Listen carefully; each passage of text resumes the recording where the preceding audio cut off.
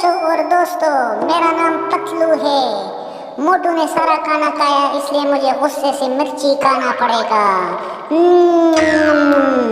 ये हरा मिर्च अभी मैं खाऊंगा, आम भी खाऊंगा और दूसरा लाल मिर्च भी खाऊंगा। अब ये लाल मिर्च मुझे खानी है। मुझे बहुत गुस्सा आया, मोटू ने अकेले अकेले खाना खाया। अभी मुझे गुस्से से मिर्च खाना पड़ेगा।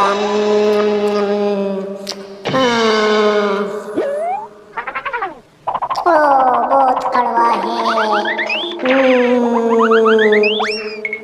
अभी मुझे तरबूज खाना है, क्योंकि मिर्च बहुत कड़वा था।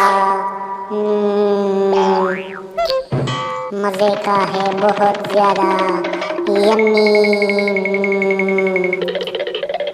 यम्मी यम्मी यम्मी, बहुत मज़े का था। अभी मुझे ये मिर्च भी खाना है, हरा मिर्च भी मुझे खाना है, क्योंकि मुझे बहुत गुस्सा है मोटू पे। उसने अकेले अकेले खाना खाया, इसलिए मुझे गुस्से से ये मिर्च भी खाना है।